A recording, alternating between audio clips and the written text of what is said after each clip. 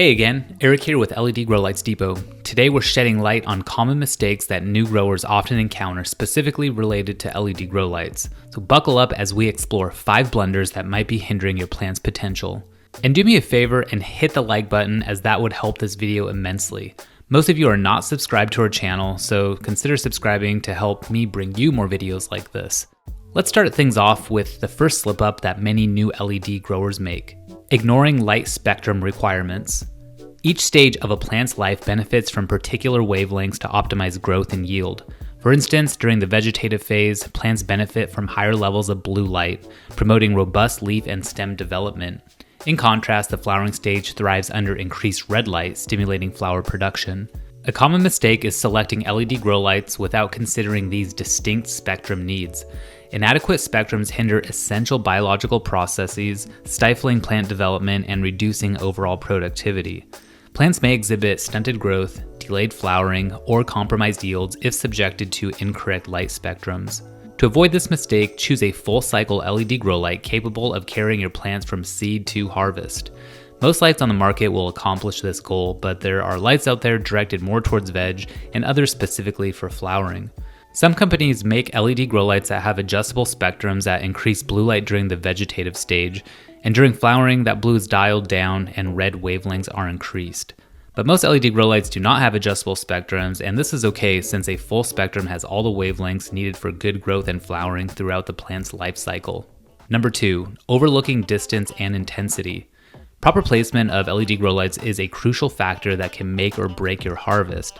Too close and you're giving your plants a sunburn, but too far and they're left in the shadows, leading to spindly, weak stems and lackluster growth. The magic lies in finding that sweet spot, an ideal distance that ensures your plants bask in the perfect light intensity.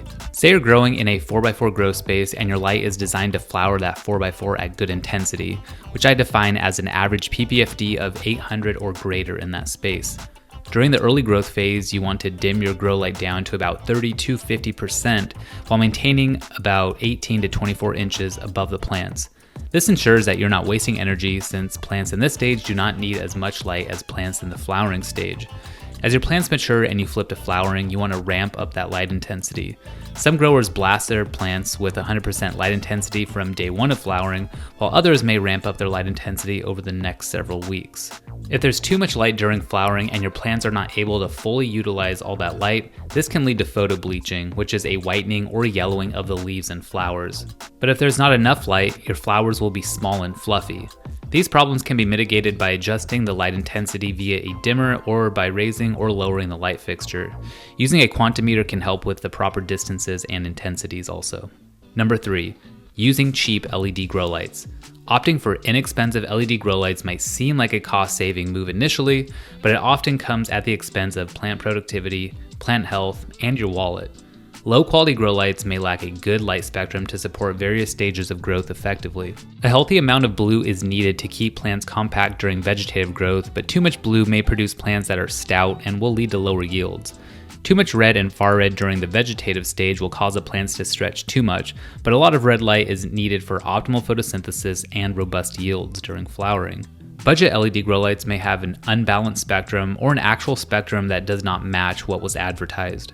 Investing in quality LED grow lights from reputable brands, on the other hand, ensures that your plants receive a full and balanced light spectrum. Although the initial cost may be higher, it pays off in the form of improved plant growth and better yields and quality. Moreover, the durability factor is significant. Low-quality LEDs often suffer from a shorter lifespan, leading to frequent replacements and additional expenses. Imagine your light going out in the middle of flowering and you can't get a hold of the company you purchased from, or it will be weeks until a replacement light or part arrives. You may just consider buying a new grow light to replace a cheap one, costing you more than if you just bought a good one in the first place. Alternatively, quality LED grow lights use quality parts and are less likely to fail. Moreover, if your light fails, good manufacturers will stand by your side and send out replacement lights or parts quickly, resulting in less downtime. Good LED grow lights will put out more light per watt and cost you less to run long term. So buy the best grow light that you can afford if you want to avoid lower yields, subpar quality, lost crops, and wasted money. Number 4, neglecting photo period and light timing. Photo period, or the duration of light exposure, plays a critical role in your plant's growth stages. In the vegetative phase, plants thrive under extended light periods, typically 18 hours per day. Too much light during the vegetative stage will not give your plants time to sleep and carry out important physiological processes, which will affect growth and development. Not enough light during the growth phase will slow down growth. The flowering stage requires a shift to shorter days and longer nights, typically 12 hours of light and 12 hours of uninterrupted darkness. Any deviation from a regular dark period can hinder the development of buds, impacting their quality and potency. In addition, light from internal or external sources can disrupt the cycle, reverting plants to vegetative growth or causing hermaphroditism. Of course, the 12-12 cycle does not hold for autoflowers, which require about a light cycle of 18 hours on and 6 hours off. While photoperiod and light timing is not specific to LED grow lights, I want to point out that some LED lights have a timer built into them, or the lighting schedules can be controlled via an external controller. These devices can be quite helpful for managing and scheduling for your grow. To ensure your plants get the proper light and dark cues, follow the recommended lighting schedules for the particular growth stage, block all incoming light during the dark period, and if you need to check on your plants during the dark period, use a green LED light. Number 5.